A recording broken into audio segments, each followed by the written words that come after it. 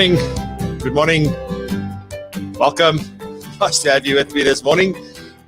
Winter, it feels, is setting in. It's a very beautiful but cold day this morning.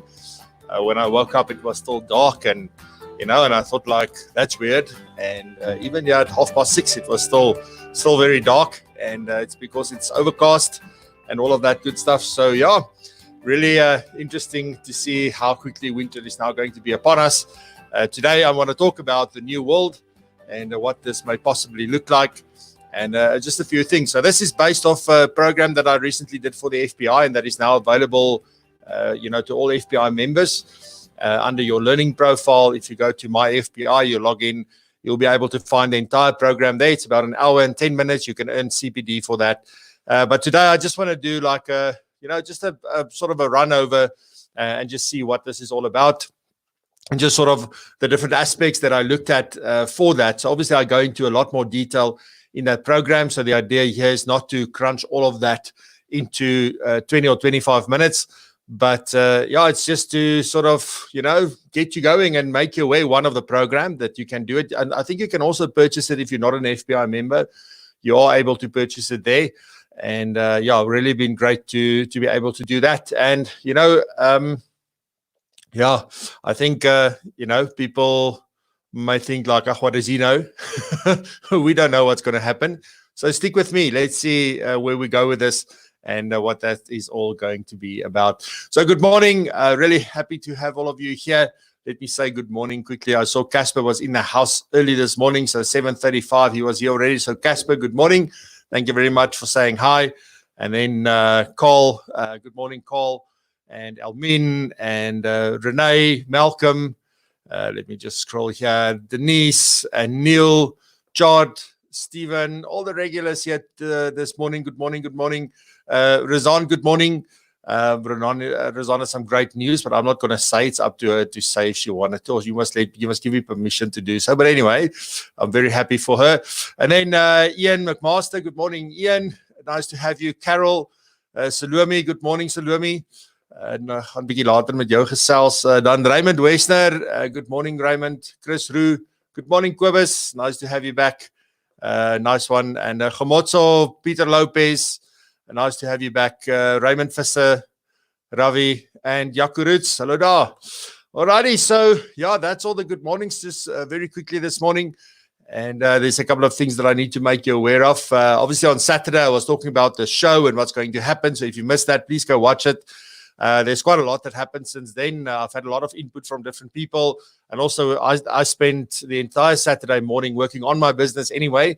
So there's a lot of things that I'm going to be because what I'm trying to do with my business is to streamline it. So all the things that I've been talking to you about, and those things, I use that in my own business. And, I think the most difficult thing is to make the time to actually do that. So that's what I did on Saturday. I really just put everything on a big piece of paper. And then I started saying, but which of these things, and I started following a model that I came up with to sort of see how that would work for me. And I've really gotten to a very clear and distinct answer. So there's going to be changes coming to my business again, like I did in December or in January. I did change a few things. I stopped a few services. I'm going to stop more services. So there's more things that I'm going to take out of what it is that we do, because I find that I'm so busy running around and trying to help everybody that I can't get to the stuff that's actually the core part of my business, and I want to stick to the core part of my business. I think we get so easily distracted from what it is that we actually do, and it's going to be a very interesting exercise for you to do as a financial advisor to see what is really core in your business. Because I think sometimes we start off as a generalist, and we keep going as a generalist, and we try and help everybody and be everything to everybody, and because that's just what we do. We're one of those caring professions, and I don't know. But so very excited about that. All the most important stuff that I've been doing is obviously staying, but there's a number of things that I'm doing that I don't advertise and that people don't know that I'm doing. So, probably you won't even notice a change, but in my life, it's going to be a huge change. It's going to help me a lot with time. And so I can focus on the things that really matters. And that's what I want to do. So, it's been an interesting weekend. Been very busy, a lot of thinking, a lot of reflecting, a lot of getting into the details of things. And hopefully we've come up with something. And I used the business model canvas at the end of the day to go and map all of this out. So once I've decided, what are these things really? And also what this is helping me to do is to really distill it down to say, well, what is that one word that describes what it is that I'm doing for this? And what is the one word that's describing what I'm doing for this? Because, I do a lot of stuff and that confuses people. It confuses my family. It confuses me sometimes. So, this whole exercise has really helped me, come up with some clarity. And I'm really happy for that. Glad that I did that. So I'll share that with you in due course. Neil Phillips, good morning. And Marlies, good morning. Francis, good morning. Goeiemorgen. And Arun, good morning. Welcome with us or here with us. Hope you're going to enjoy the show. All right. So what are the things? Well, obviously, I want to remind you again about the advice deck. It's the last time I'm going to talk about this. So if you want to register for this, if you haven't yet, you can just visit Louis' website at louisvdmerwe.co.za/advice deck. It is a free conference, online conference, webinar. I don't know how he's calling this, but come and see. These are some of the technologies that they're using and that's really working well for them. Just maybe to give you an idea, obviously ComSpace, because they've been on the show. So they are financial management, commission management, fee sharing management, all of that kind of stuff. Asset Map is a financial planning tool from the US that has been brought here about a year ago. And, it's some interesting to hear from their CEO directly. They've been on my podcast, and there's some, obviously, Louis have spoken about this in his episode. Then Voice, as far as I remember, I haven't seen Voice myself, but as far as I remember, it's got to do with FICA. Something there. I don't know. I might be completely wrong. But anyway, and then Quickly Sign. Some of you may have heard about this. They are now really coming to the fore in terms of electronic signatures in South Africa, and to sort of see what they are all about. And then I also just lastly, because I'm still getting people asking me for this, where is Sandro's scripts? Please go to my website, www.francois.co.za/scripts. You won't find it on my website unless you go directly to this link. So you've got to type it in, francois.co.za/scripts. And it'll take you to this page that you can see on the screen, and you can download the scripts there. No emails required or anything like that. So please, it's also the last time I'm going to share this. So if you are interested to get those, then you can still go and do it. That site should be up for another week, and then we'll take it down as well. Alrighty, so let me just see quickly if there's anything else. Then obviously a big announcement for me is my next guest that will be on the show, and that will be on Wednesday. And on Wednesday, we're going to do it at 3 p.m. in the afternoon. So this is going to be wine with Francois or something, was the suggestion. So we can definitely do that. Even wine and braai, but wine, please, the drink, if you still have any left, and not wine and complain and braai, please. But we can do something like that. But I'm very happy to announce that Brian Parsley will be joining me on Wednesday afternoon at 3 p.m. South African time. So looking forward to talking to him about how to have real great strategic conversations and employing strategic communications in your business. So Brian is a very well-known guy. He's been to South Africa many times. He works in all the industries, but he's very well known in the financial services space. So really excited to talk to Brian and very happy for him to be on the show.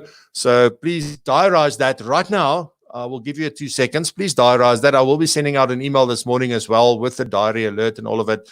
But do put it in your diary. Don't miss this. It's live. So you'll have an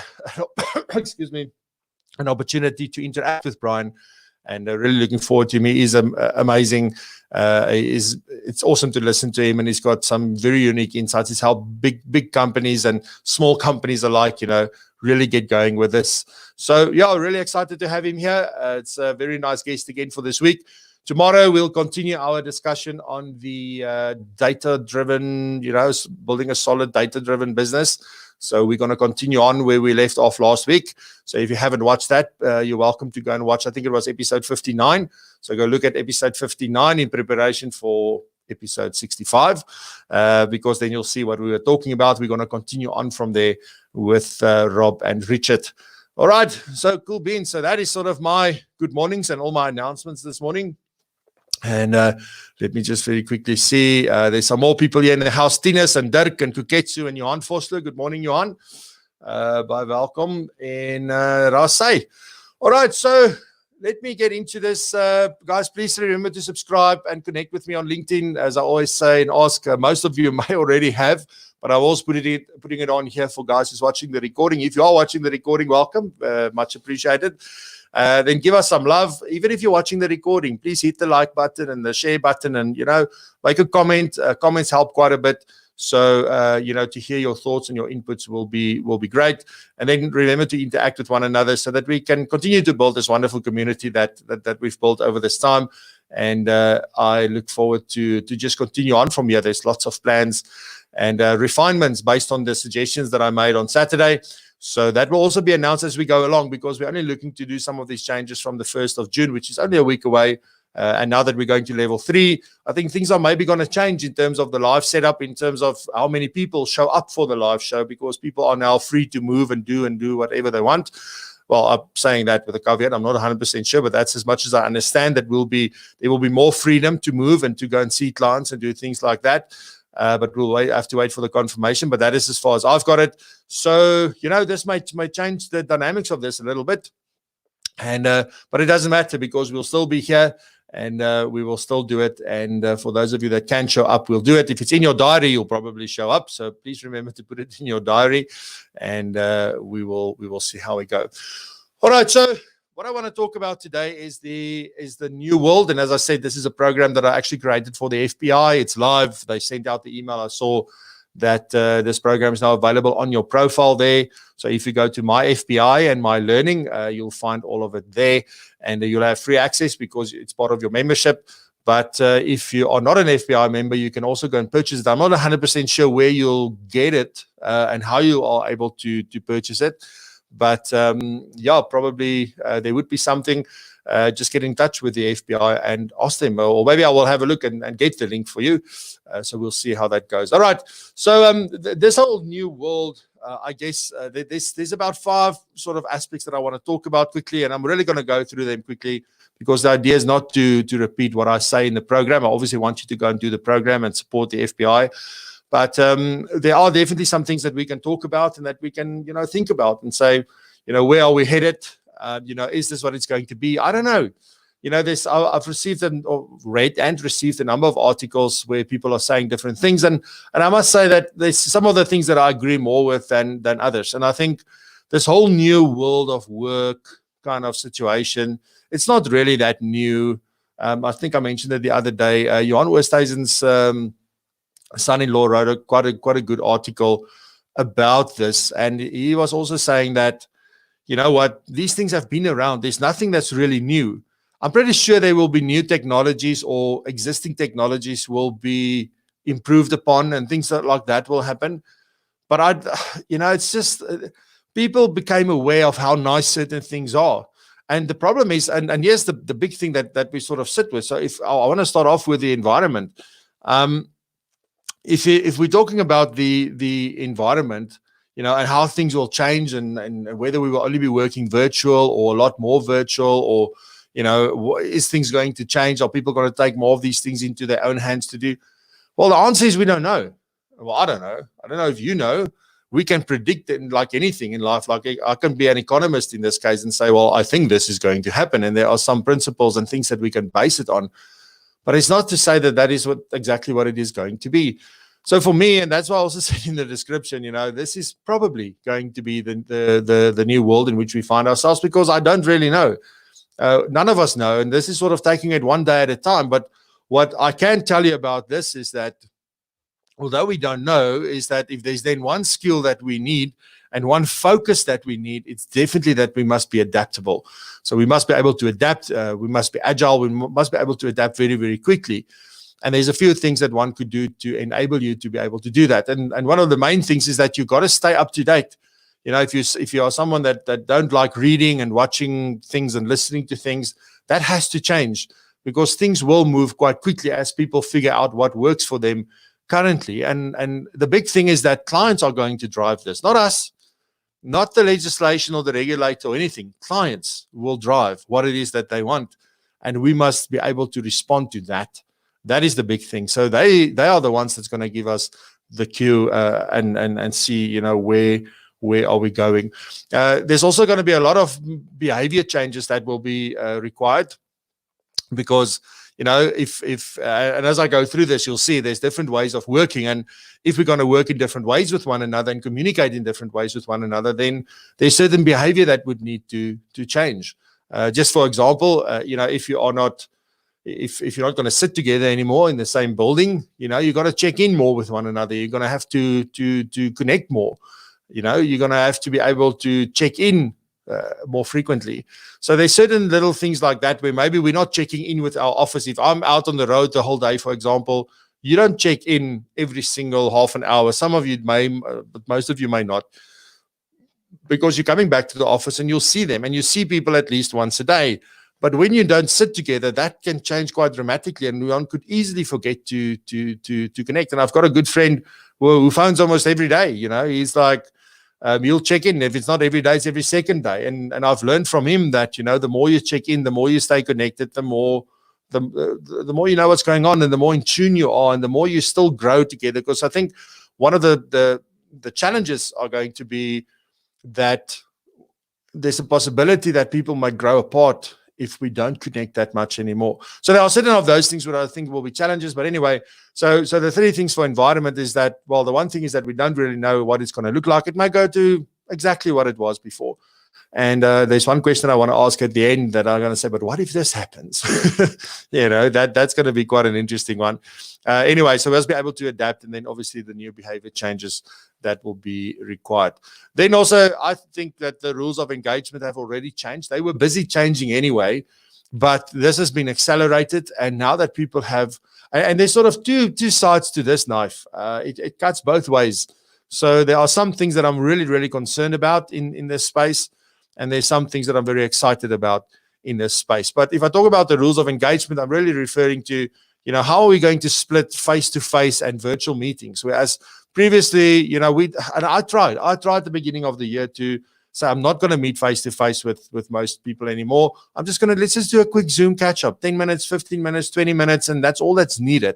Instead of driving for half an hour there, even if I went down to Cradlestone, which is about 10 minutes from here, it takes me 15 minutes to get there, 15 minutes back. If there is no issues on the traffic and the traffic lights are all working, then it's great.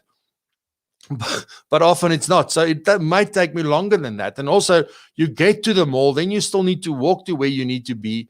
And then you're there, and something that could have taken 20 minutes takes an hour. And then it's again walking back to your car or getting distracted by other things in the mall. And all of these things have caused me to say, well, I need to be more clever with my time. And you can see that I've got a big focus on that at the moment. And now with this situation, it has absolutely forced everybody to start thinking that way. And I think because we have realized it's actually more convenient on the one hand.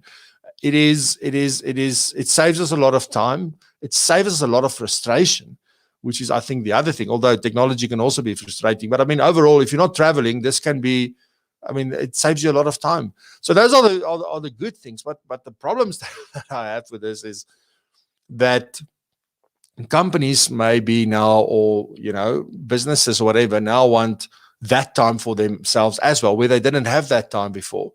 And that is a huge mistake. That time should be given back to the employee or the staff member, or that it is not there to be filled up by the employer anymore, because you've been working the hours that you were supposed to be working. In your business, you've been putting in the hours. So we shouldn't be using that time for more work stuff. We should be using that time for more personal stuff. But I'll get to that in a second.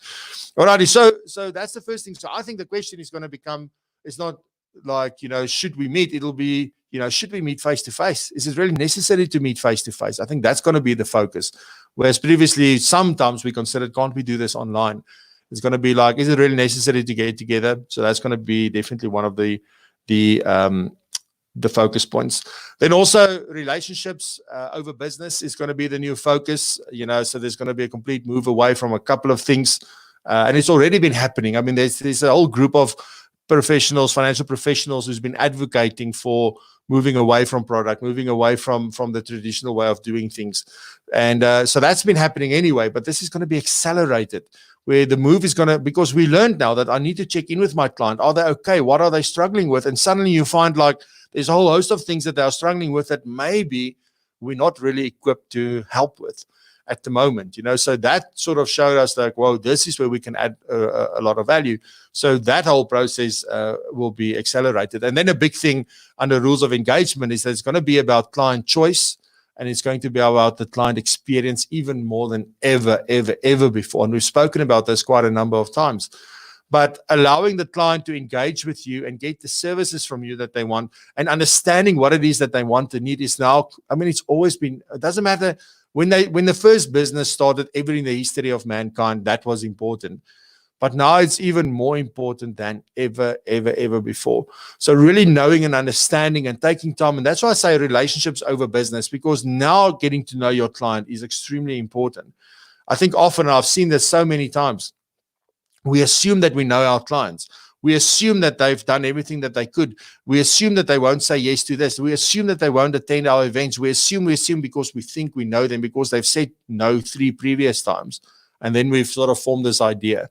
And I think that is where things will need to change. So you've got to have a strategy of how you're going to be talking to your clients, finding out what it is that they want, what has happened in their lives. Because, if you've got 300, I'm so happy I don't have 1,000 clients. But if you've got 100 clients or 200 clients or 500 clients, then, those are the things that you need to consider and say, well, what is going to affect that? So then obviously a big part of all of this will be the role of technology. And in terms of that, I think there's a few things there really that I just want to touch on very quickly.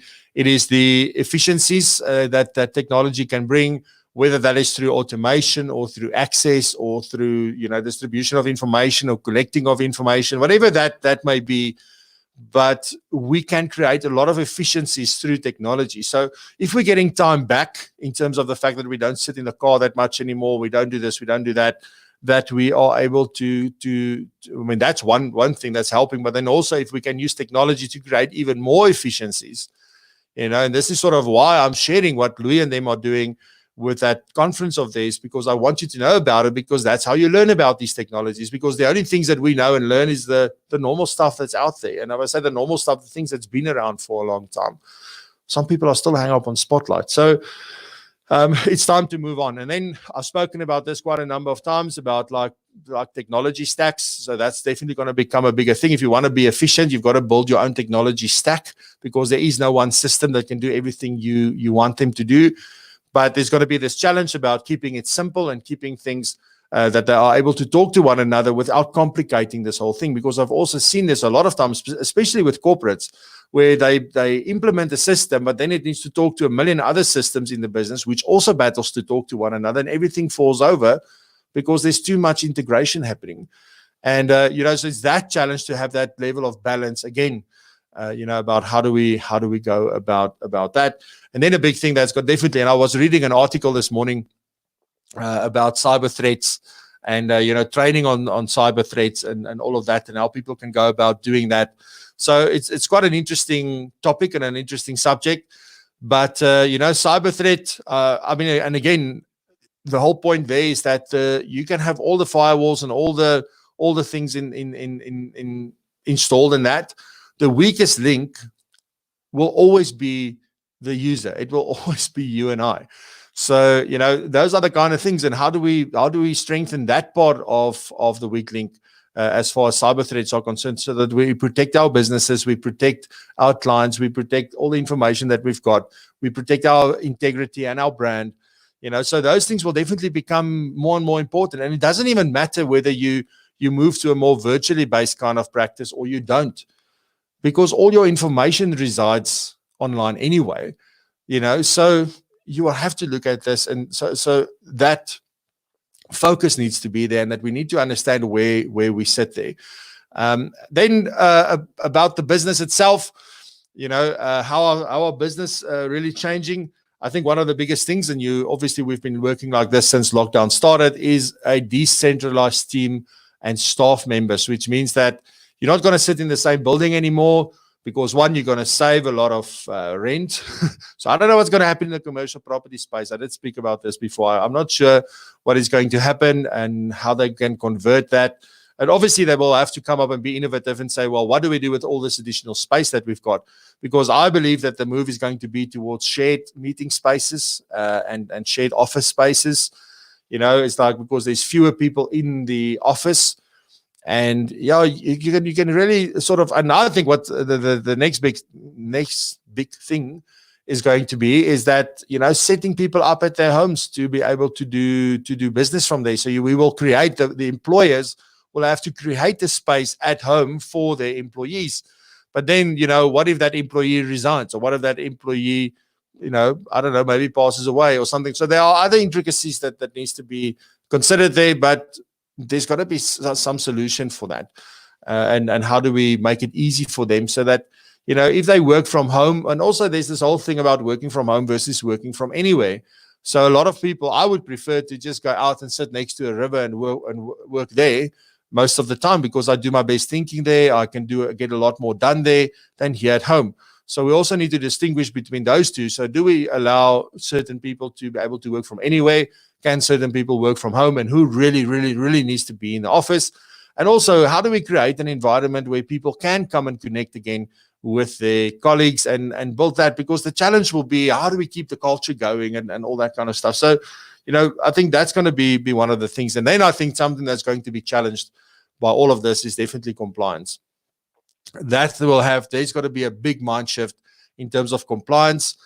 Because compliance are usually, and I'm sorry if you're in compliance, and this is, you're very passionate about this, but I feel that compliance, and I've seen this so many times, that nobody ever speaks to, I don't say not ever, but they may speak to the people on the ground, the client-facing advisor and that, but then ultimately things goes to compliance, and compliance say, no, the law says this and this and this and this, and therefore you've got this book that you need to complete. And there's got to be a total mind shift in terms of compliance to say, well, how can I still be compliant and remain within the framework that's given by the regulation without doing all this freaking paperwork? So there's going to be a huge shift in terms of that. The things that they accept as proof for certain things will have to change.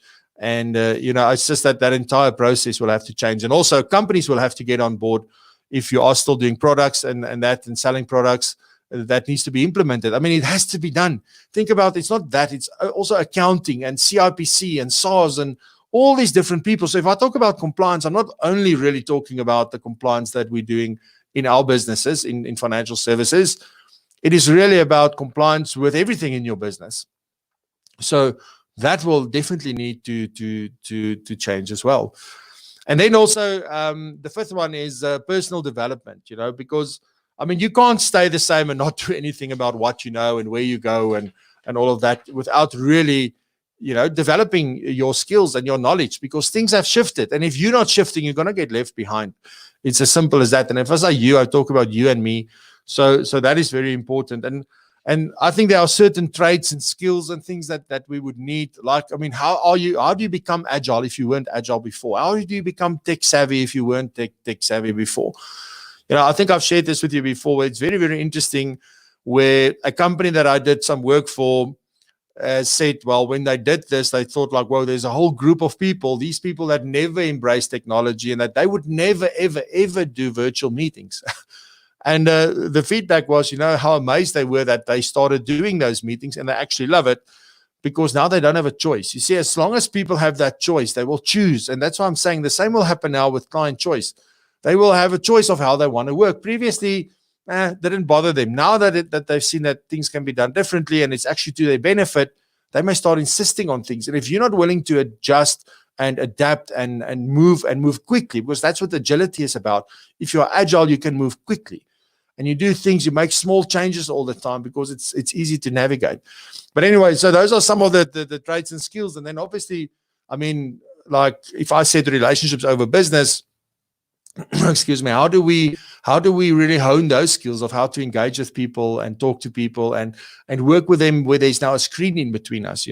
There's a skill to that. And the more we do it, the better we will become at it. But you can learn only so much, then you need to start doing. So that part is very, very important. Then there's two things that I think is an important sort of aspect as well that we need to consider. And that is the fact that people do have more time now. And that also means that they have more freedom.